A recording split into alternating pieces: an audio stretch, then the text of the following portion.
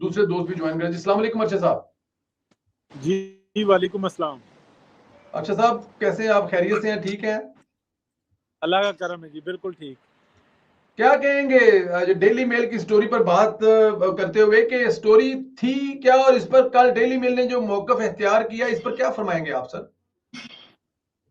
Sir देखें, ये तो हमारे सबके सामने आ चुकी है, सुबह से सर्कल कर रही है, बल्कि कल से सर्कल कर रही है कि उन्होंने माफ़ी मांगी है कि हमने बेबुनियाद बगैर सबूतों के और सुनी सुनाई जो बात थी उसको हमने आगे पब्लिश किया, और उसके ऊपर हम माफ़ी मांगते हैं और फिर वो जुर्माना भी पे कर रहे हैं। और आपको पता ही है कि दो विक्टिम हैं, शहबाज शरीफ साहब और उनके जो ग्रैंड सन इन लॉ हैं, यानी कि दामाद, तो अली यूसुफ साहब, आई थिंक यूसुफ साहब। तो दोनों जो है ना वो केस विन कर गए हैं और अभी जुर्माना भी मिलेगा। बहरहाल जो डेली मेल है उन्होंने जो अपना माफ़ीनामा है वो पब्लिश कर दिया। अच्छा, ये तो हम सबको पता है कि ये बात झूठी थी, लेकिन मैं इससे हटकर जो है ना इसी केस से मुतालिक आपको एक जो इनसाइड है ना वो देना चाहूँगा, जी क्योंकि जरूर। मेरा प्रोफेशन है, कुछ थोड़ा सा हम इन चीज़ों को समझते हैं। देखिए, पाकिस्तान के अंदर ना एक जो गवर्नमेंट ऑफ पंजाब का जो शहबाज शरीफ साहब ने बनाया था, वो मैं एक डिपार्टमेंट है एजुकेशन से मुतालिक, उसको कहते हैं टेवटा। अच्छा, ठीक। टेवटा है क्या? टेवटा जो है ना जो स्किल्स है ना उसको प्रमोट करता है। तो जो ब्रिटिश जो जो एड थी 50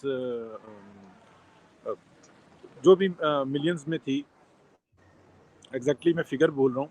तो जो वो पैसा था वो उस टेवटा के लिए आया था कि आप पाकिस्तानी बच्चों को स्किल्स सिखाएं, और फिर जो हमारा वॉर अगेंस्ट टेररिज्म में और दीगर मामलात के अंदर एक मुआहदा है कि जो स्किल्ड जो वर्कर होगा वो हम अपने पास अकोमोडेट करेंगे। जो अकोमोडेट करेंगे वो पूरे यूरोप, यूके, कनाडा, अमेरिका और दीगर जगहों पे होगा। और आप और मैं बहुत अच्छे तरीके से जानते हैं कि एक गरीब ख़ानदान का या मुतवस्सित तबके का एक बच्चा भी अगर बाहर चला जाता है तो एक बहुत ज़बरदस्त इनकम आ जाती है, पूरा ख़ानदान पढ़ा लिखा हो जाता है और अगली आने वाली नस्ल जो है ना वो संवर जाती है। तो शहबाज शरीफ साहब का यही प्रोग्राम था। उसी से मुतालिक वो टेवटा के पास वो रकम आ रही थी, वो स्किल्ड बच्चे तैयार हो रहे थे। तो पीछे एक साजिश रची गई, उस साजिश का जो साथ है वो आपको पता ही है। जो हमारे पास एक रजीम आई थी, जो इमरान खान की क़यादत के अंदर आई थी, उसने ये काम किया कि उसको मुतनाज़ा करने के लिए जो एक डेली मेल का जो एक नुमाइंदा था कि चलो ठीक है, बाद में रो धो के जो कुछ भी होगा, जुर्माना होगा या नहीं होगा पे कर देंगे, लेकिन बच्चों का जो मुस्तकबिल है पाकिस्तानी बच्चों का, उसको तारीक कर देंगे। ये पॉलिटिकल वॉर होती है सर, ये फिफ्थ जनरेशन वॉर के साथ ही मुंसलिक है।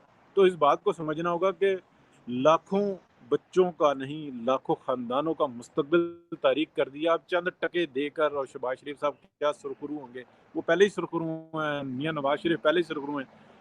लेकिन जो बहुत सारे खानदान हैं जिनको ये पैसा मिल, जो स्किल्स मिल रही थी वो रुक गई, क्योंकि मशकूक हो गई। और ये जो रकम है ये जो मिल रही थी, ये पाकिस्तान को फ्री में नहीं मिल रही थी।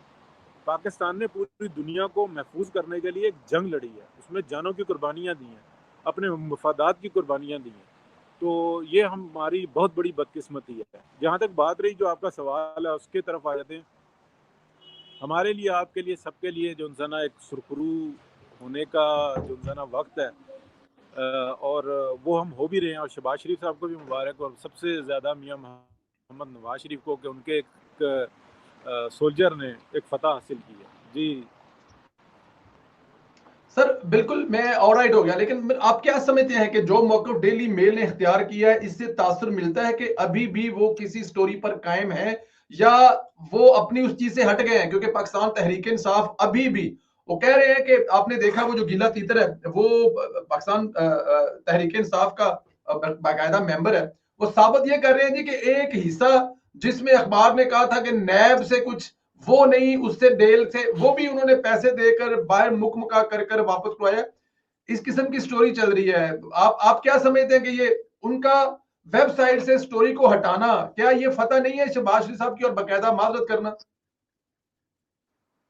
सर, देखिए, गीला तीतर हो गया या इसके इस तरह के और बहुत सारे हैं। असल में ये जो एक आप कह लें सेगमेंट बनाया गया, ये जो एक वारदाती टोला बनाया गया इमरान खान की क़यादत के अंदर, उसी का एक वो जर्नल है जिसका नाम इमरान रियाज खान है, वो ये इस तरीके की बातें करते रहते हैं, इसलिए कि पाकिस्तान के अंदर उनको प्रोटेक्शन हासिल है।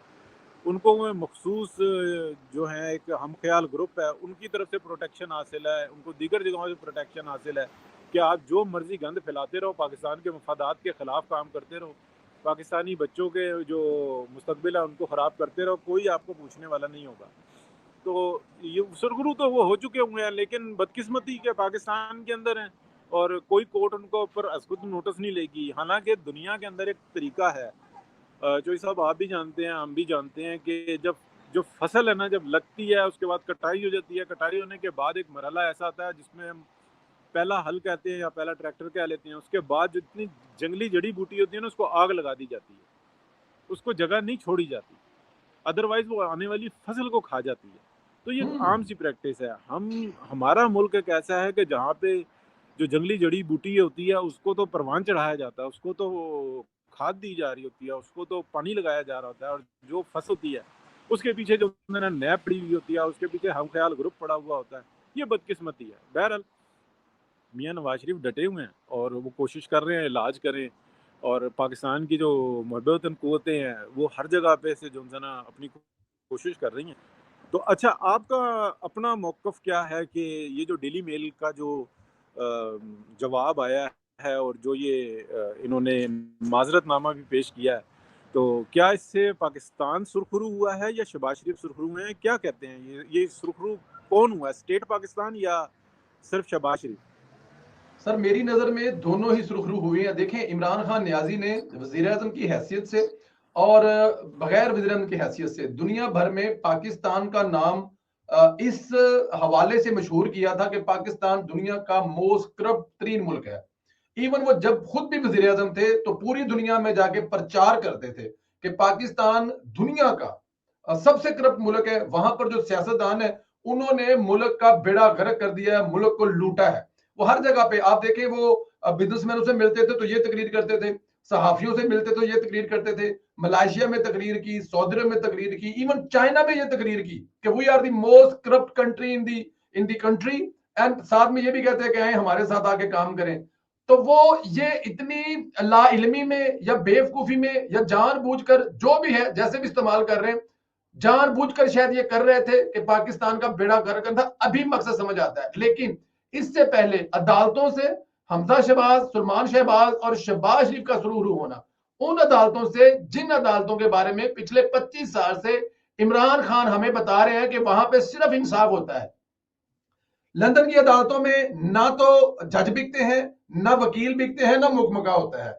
तो हमें वो स्टोरियां ये सुनाते रहे हैं कि लंदन की अदालतें इंसाफ करती हैं, लंदन की पार्लियामेंट सबसे बेस्ट पार्लियामेंट है, लंदन के अखबार झूठ नहीं साधते, और अगर वो ऐसा कुछ कर लें तो फिर उसके बाद उनको माफी मांगनी पड़ती है।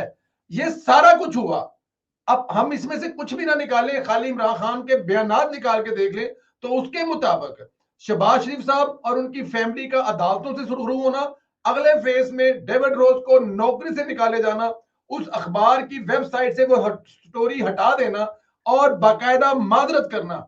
ना ये सिर्फ पाकिस्तान की शरीफ बरादरान की फतह है, स्टेट की फतह है, पूरी दुनिया में ये एक। और इसमें आपको एक बात बताऊं, इमरान खान की इसमें बहुत बड़ी शिकस्त है।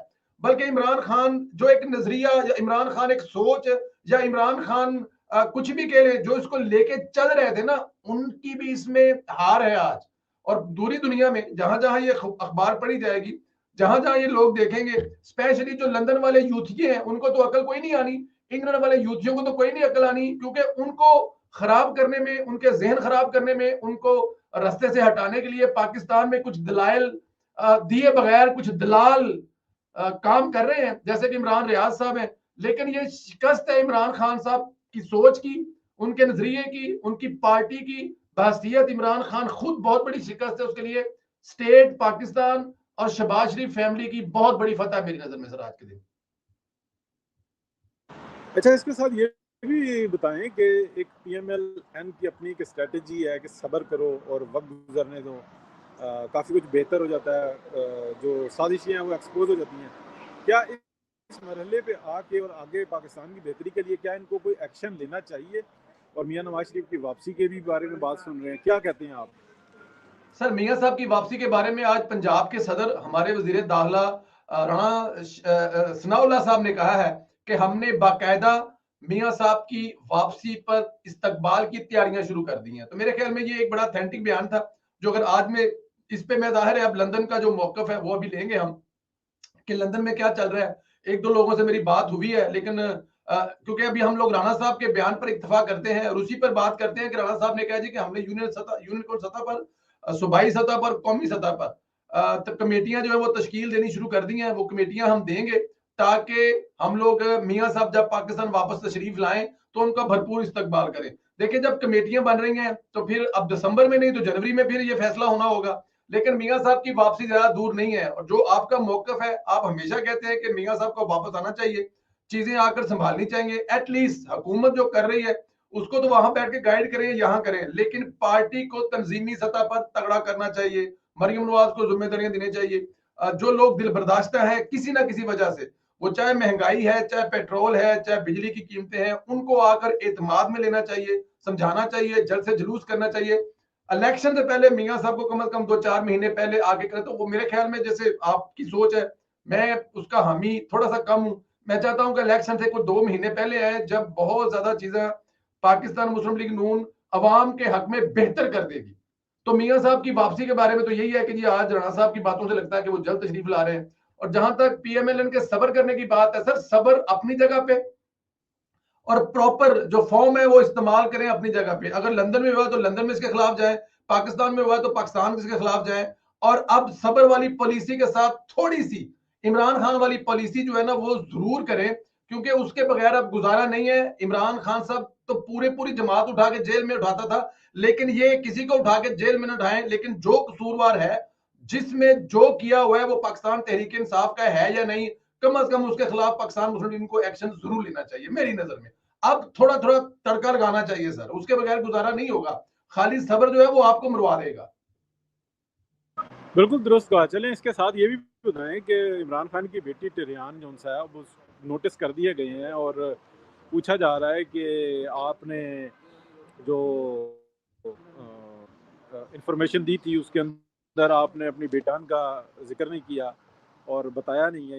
ये इंफॉर्मेशन जो दुरुस्त है या कि नहीं है, और उसके केस के बारे में भी पूछा जा रहा है। तो ये सब पूरी दुनिया के अंदर अगर हम देखें चैटिंग्स जो हो रही हैं या जो इंफॉर्मेशन पास हो रही हैं, उसके अंदर पाकिस्तान का अदालती निज़ाम, अदालती सिस्टम और पाकिस्तान का निज़ाम हुकूमत, उसके ऊपर सवाल उठ खड़े हुए हैं कि एक शख्स को आप सादिक और अमीन करार देते हैं, जो कि एक तरफ आप मतलब किसको सादिक और अमीन करार देते हैं, दूसरी तरफ किसको देते हैं।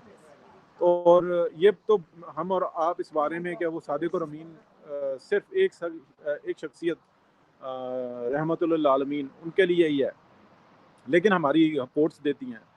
तो दूसरी तरफ जो है पूरी दुनिया के अंदर ये तमाशा बन गया है कि ये किस तरह का निज़ाम हुकूमत है कि वो अब बेटी के ऊपर कोर्ट जो है ना वो बुला रही है, पूछ रही है इतनी देर से कि उसको वजीर आज़म बना दिया गया, फुल इंजॉय कर दिया गया, अब शायद उसकी प्रोसिक्यूशन शुरू हो रही है। तो क्या कहते हैं आप इसके ऊपर कि अदालत में अगर ये मामला जाता है तो उसके ऊपर क्या राय है आपकी? सर अमेरिका वाले तशरीफ ले आए हैं, क्योंकि ये हैपन और ये वाकया जो है अमेरिका में हुआ था, जरा उनको भी लाइन पे ले लेते हैं, क्योंकि ये सवाल जो है ना मेरे ख्याल में अमेरिका वालों से ज्यादा बेहतर रहेगा। मैं तो इस पे इनपुट दूंगा ही दूंगा। राजा साहब सलाम अलैकुम। मैं दोबारा आंदा। चलो आ जाओ दोबारा सर, आ जाओ भी दोबारा। ठीक है। जी दोबारा आ जाओ। राय साहब की आवाज में कुछ, सर देखें इमरान खान साहब जो है ना, मैं हमारे प्रोग्राम में दुरानी साहब 2-4 दफा मोहम्मद दुरानी साहब तशरीफ लाए थे, उनकी बात मेरे दिमाग में किसी हिस्से में फंस गई है। जो अच्छा बाप होगा, जो अच्छा भाई होगा, जो अच्छा बेटा होगा, अच्छा ताया होगा, अच्छा चाचा होगा, अच्छा मोहल्लेदार होगा ना, वो मुल्क का बेहतरीन सरबराह होगा। क्योंकि जो बंदा अपनी तमाम जिम्मेदारियां खूबसूरती से पूरी कर रहा है ना, वो बेहतरीन हाकम होगा। जिसने अपनी बेटी के सारे हकूक पूरे किए, अपने बेटों के सारे हकूक पूरे किए, वालिद के पूरे हकूक किए, वालदा की इज्जत और एहतराम किया, इस तरह दूसरे रिश्तों में भी उसने अपने तमाम रिश्ते निभाए हैं, वो बेहतरीन हाकम साबित होगा। और जिस बंदे ने ना अपनी बीवी के साथ अच्छा वक्त गुजारा, ना अपनी वालदा के साथ अच्छा वक्त गुजारा, जो कजन उसको लेके आया टिकट में, उस कजन को वहां से ठीक है टीचर साहब आप जारी रख, लेकिन मैं ऑफलाइन होऊंगा। Thank ji you. ठीक अल्लाह हाफिज़। जी ठीक जी ठीक ठीक।